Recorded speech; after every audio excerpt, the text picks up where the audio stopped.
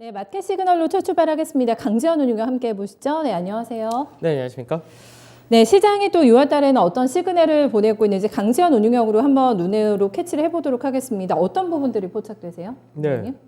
우선은 이제 5월달 증시가 이제 화요일 날 마무리가 됐었는데 5월달 한 달을 결과적으로 놓고 보면 결국은 이제 외인들이 거래소에 대해서는 매수로 전환하는 그런 모습을 보여줬었는데 네. 사실 이제 수급적인 부분에서 그동안 국내 증시가 약했던 요인 중에 하나가 뭐 글로벌 여러 가지 뭐 여건이 안 좋았다라는 것도 있지만 국내적으로는 가장 문제가 외국인들의 매도세였는데 이 매도세가 이제 지난주가 아니라 화요일 대규모로 들어오면서 결국 이제 매수로 전환이 되었다. 이 부분을 좀 초점 맞추셔야 될 것 같습니다. 굉장히 중요하시는 거죠, 이거는? 그렇죠. 아무래도 이제 국내 증시에서는 2020년 이후로 네. 새로운 수급이다라고 하는 쪽이 개인들 말고는 거의 없었기 때문에 그렇죠. 이 개인들이 현재는 수급적인 부분에서 강하게 사기가 어렵거든요. 그러니까 거기에 예탁금이야 많다 하더라도 여러 가지 투자 심리라든지 뭘 사야 될지도 모르겠고 앞으로도 뭐 경기 침체라든지 이런 것들에 대한 우려가 높기 때문에 사실 이렇게 심리적이나 수급적인 부분에서 개선이 없었을 때 새로운 수급이라는 게 굉장히 중요한데 활력소죠. 그죠. 네. 새로운 수급이 이제 기관 같은 경우는 사실 갖고 있는 자금 내에서 업종별 종목별로만 나눠진다가 되는 거고 돌리는 거고. 그죠. 네. 그 상태에서 이제 외국인이 강하게 매수를 해줬다. 매수를 이제 매도했던 부분을 거의 없앴다 정도만 해줘도 네. 사실 시장에서는 새로운 수급이기 때문에 이 그렇죠. 부분이 네. 시장을 반등시키는데 굉장히 긍정적이다 이렇게 볼 수 있습니다. 네, 외국인들이 움직이기 시작했다라는 뭔가 자극시킬 만한 특별한 요인이 있었는지도 궁금하고 최근에 며칠 동안에 보면은 환율의 급격한 또 하락 추세가 나왔잖아요. 네, 네. 원화가 약세 흐름이 계속되다가 조금 바뀌는 패턴이 나타났고 저희가 좀 시장에서 떨고 있던 게 인플레 그리고 그로 인한 이제 긴축에 대한 어떤 경계감이 상당히 강했는데 인플레 정점에 대한 신호도 나왔다. 이런 부분이 외국인도 움직이게 했을까요? 그러면? 그러니까 인플레이션 같은 경우는 사실 정점이 나왔다는 부분은 거의 대부분 동일하게 얘기를 하는데 예. 다만 다만 이제 차이는 뭐냐면 인플레가 정점이 나왔다 해서 급격하게 떨어질 가능성은 굉장히 낮다는 거죠. 지금 현재 뭐 유가 같은 경우도 보시면은 유가가 최근 들어서 다시금 120불 근처까지 올라가는 그런 모습을 보여준다는데 지금 현재 뭐 러시아 우크라이나 문제가 해소된다 하더라도 사실 유가가 급격하게 떨어지기가 굉장히 어렵다고 보셔야 됩니다. 어떤 부분 때문에? 그러니까 그렇게 유럽에서는 우선 러시아사 원유 같은 경우를 이제 네. 수입 금지 조치를 발표를 했는데 물론 이제 해상 운송 쪽만 제한을 시켜놨다 합니다. 근데 아직까지는 이게 풀린다 하더라도 이제 규제 자체를 해놨기 때문에 네네. 이 부분이 원활하게 공급이 안 된다는 부분도 있고 그다음에 우리나라뿐만 아니라 미국도 마찬가지로 이 유가라든지 이런 인플레이션을 잡기 위해서 비축률을 많이 풀었거든요. 그러면 다시금 그 비축률은 또 채워야 되는 여건이 네네. 만들어진다 되기 재고를 때문에 만들어야 하니까요. 그렇기 때문에 네. 실제적으로 이제 인플레이션이 급격하게 떨어지는 과정은 제한적이다 이렇게 봐야 되겠죠. 알겠습니다. 지금 뭐 상하이도 봉쇄 풀어가지고 수요도 좀 늘 것 같고 그렇더라고요. 네, 최근 들어서 이 유가 강세란 부분이 또 그런 부분도 있습니다. 네. 중국에서 상하이가 경제 봉쇄했던 부분을 이제 딱 어저께부터 전면적으로 해제를 했다가 되면서 네. 이제 생산이라든지 이런 쪽에 대해서는 문제 없이 이제 앞으로 돌아간다 이렇게 전망이 되는데 그러다 보니까 역시 수요가 증가를 한다는 부분이 유가의 강세로도 연결된다고 보셔야 됩니다. 알겠습니다. 그러면 한번 저희한테 확인을 시켜주는 지표가 있으실지 대형주가 좋았다고 말씀해 주셨잖아요. 지금 네. 거래소하고 대형주 한번 좀 차트 좀 볼까요? 그러면? 거래소 네. 차트를 보게 되면 제가 지난주 시간에 나왔을 때 무슨 말씀을 드렸냐면 시장 자체가 이제 바닥은 하반 경제에 만들어졌는데 위로 가기 위해서 첫 번째로 넘어가야 될 구간이 2660포인트다. 그리고 거래 대금으로는 10조가 넘어가는 과정이 필요하다라고 말씀드렸는데 이제 최근 들어서 이제 이번 주 들어오면서 이 부분을 돌파하는 그런 흐름을 보여줬다 됩니다. 그래서 종합주가지수 자체는 이제 2660 이상으로 올라온 그런 모습인데 여기가 왜 중요했냐면 시장에서 올해부터 하락했던 하락 추세를 넘어가는 자리가 2660포인트 전후였기 때문에 하락 추세를 넘어갔다는 얘기가 바로 상승으로 간다 이런 얘기는 아니지만 최소한 시장에서 하락 조정이란 부분은 이제 일단락이 되었다. 이 부분에 좀 초점을 맞춰야 될 것 같고요. 그리고 이제 시장에서 이제 5월 12일 날이 사실 국내 코스피 지수가 2550포인트 전후까지 떨어졌던 연중 최저치를 만들었던 그런 가격인데 그 이후로 수급적인 부분에서 변화를 살펴보게 되면 외국인 같은 경우가 거래소에서 약 1조 5천억 정도의 매수를 했고 기관에서는 금융투자를 중심으로 해서 거의 2조 가까운 매수를 했기 때문에 결국 개인 분들이 이제 한 3조 5천 정도 매도를 했다가 됩니다. 그럼 이제 사실 어떻게 보면은 외국인과 금융투자를 중심으로 해서 시장에서 동반 매수가 유입된 그런 케이스가 되는데, 많이 지수가 조정을 받는다 할 때는 이제 개인들이 파는 만큼 또 살 수 있는 여력이 있기 때문에 시장 자체를 받쳐줄 수 있는 가능성이 높아진다, 이렇게 보시면 될 것 같고, 이제 화요일 같은 경우가 국내 증시가 사실 대형주를 중심으로 막판에 더 강한 상승을 보였던 것은 MSCI 리밸런싱이 있었습니다.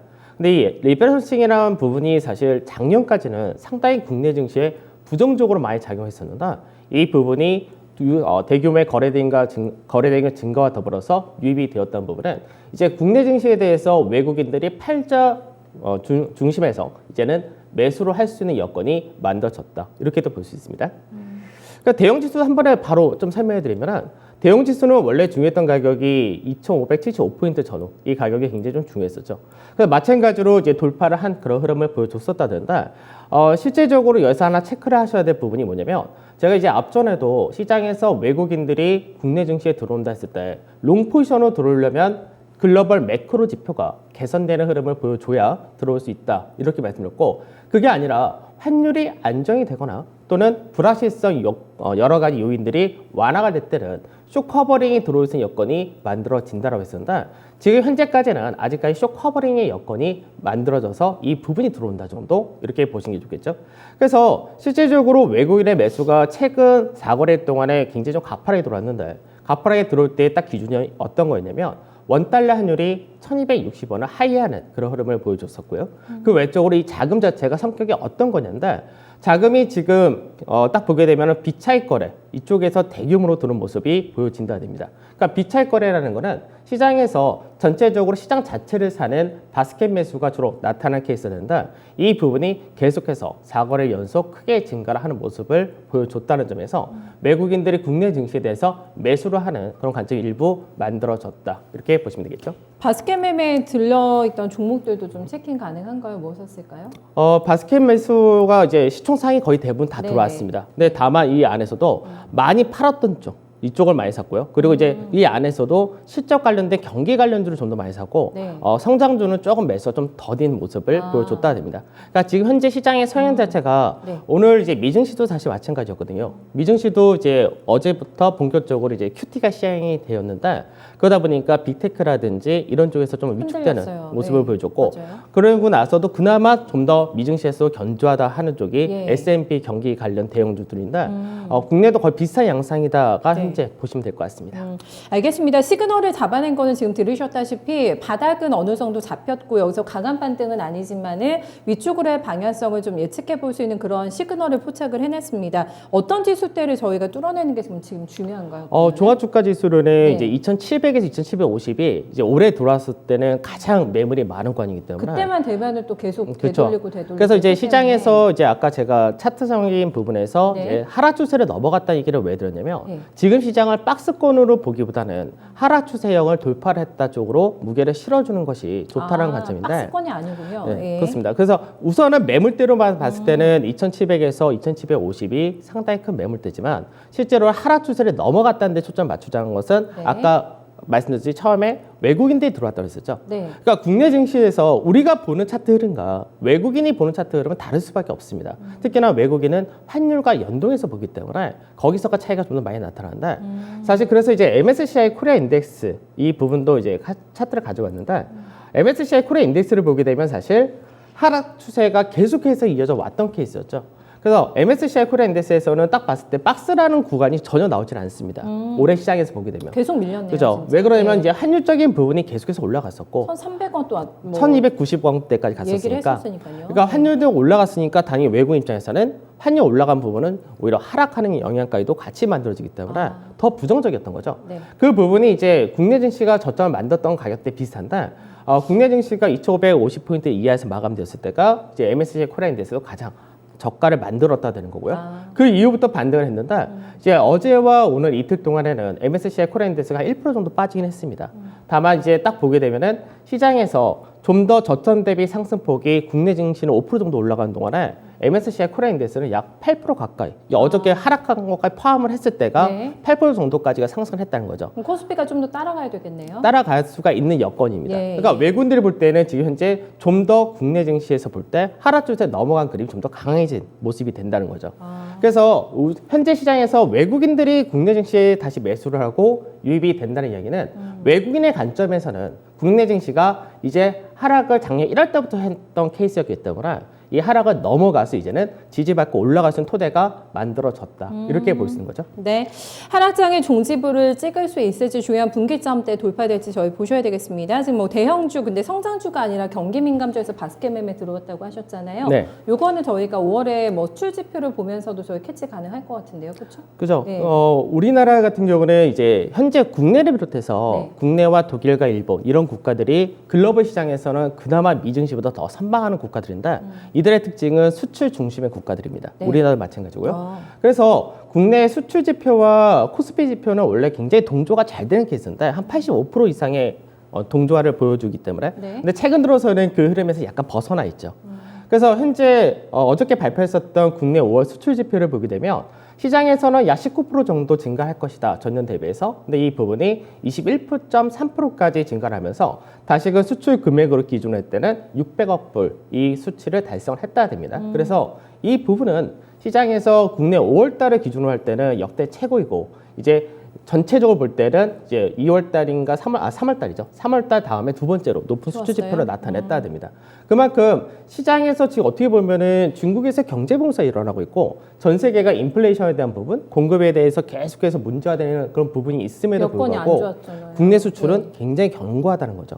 그러니까 국내 수출이 이게 견고하다는 얘기는 어떻게 보면 기업들의 실적, 수출을 중심한 기업들 실적 같은 경우도 역시 좋다는 이야기가 되기 때문에 그렇죠. 네. 이런 부분도 외국인들이 국내 증시에서 매수를 할 수 있는 배경이 만들어진다고도 볼 수 있습니다.